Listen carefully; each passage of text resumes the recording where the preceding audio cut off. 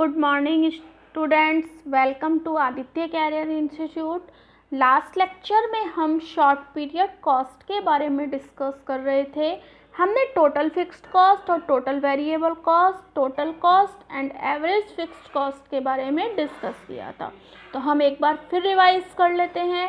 Total fixed cost, short time में जो भी एक शॉर्ट पीरियड होता है उसमें प्रोडक्शन के कुछ एक्सपेंडिचर्स ऐसे होते हैं जो कि हम प्रोडक्शन करें या ना करें वो एक्सपेंडिचर्स हमारे फिक्स रहते हैं, उन्हें हम क्या कहते हैं, टोटल फिक्स्ड कॉस्ट। और कुछ एक्सपेंडिचर्स ऐसे होते हैं जो शॉर्ट पीरियड में चेंजेस होते रहते हैं, उन्हें हम क्या कहते हैं, टोटल वेरिएबल कॉस्ट। और sum of total fixed cost and total variable cost is called total cost. जो भी शॉर्ट पीरियड में हमारे टोटल फिक्स्ड कॉस्ट होती है और टोटल वेरिएबल कॉस्ट होती है उनका सम क्या कहलाता है, हमारा टोटल कॉस्ट कहलाता है। नेक्स्ट आता है एवरेज फिक्स्ड कॉस्ट। तो सबसे पहले हम एवरेज कैसे कैलकुलेट करते हैं, किसी भी टोटल को क्वांटिटी से जब हम डिवाइड कर देते हैं तो हमें क्या प्राप्त होता है, हमें उसका एवरेज प्राप्त होता है। तो इसी तरह से एवरेज फिक्स्ड कॉस्ट हम कैसे कैलकुलेट करेंगे, total fixed cost divided by quantity, total fixed cost divide by quantity is called average fixed cost and total variable cost divided by quantity is called average fixed cost.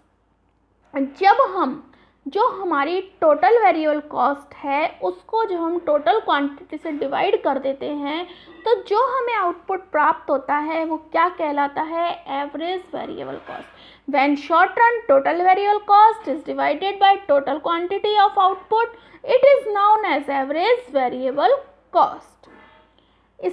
इसको calculate करने का हमारा formula क्या हो जाएगा, average variable cost upon quantity.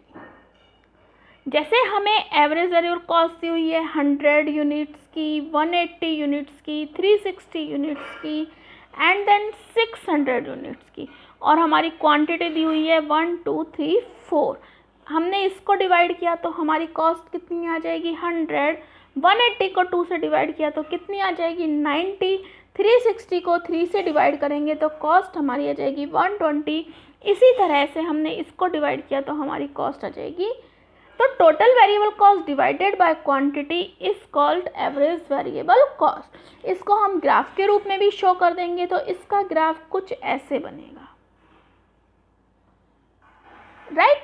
Next आती है हमारी एवरेज कॉस्ट। जिस तरह से टोटल कॉस्ट का हमने फॉर्मूला बताया था, total fixed cost plus total variable cost, इसी तरह से एवरेज कॉस्ट का भी फॉर्मूला क्या हो जाएगा, average fixed cost plus average variable cost. Average fixed cost plus average variable cost is called average cost. या फिर हम इसको ऐसे भी निकाल सकते हैं, total cost divided by quantity. तो एवरेज कॉस्ट निकालने के हमारे कौन कौन से दो फॉर्मूले हो गए, total cost upon quantity and then average fixed cost plus average variable cost. In short, and when total cost is divided by total quantity of production, the we obtained average cost. तो clear students, हमारी average cost निकालने का formula हो गया।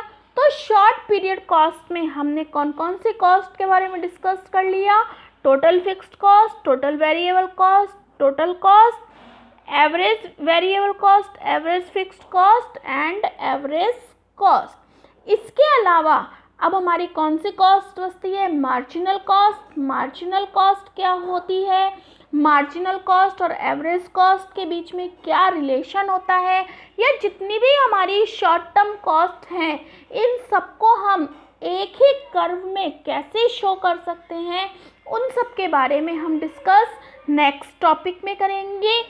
आप सबको clear हो गया होगा। अगर फिर भी किसी भी स्टूडेंट्स को कोई प्रॉब्लम है तो वो कॉल करके अपनी प्रॉब्लम पूछ सकता है। स्टूडेंट्स अपनी पढ़ाई को कंटिन्यू रखिएगा।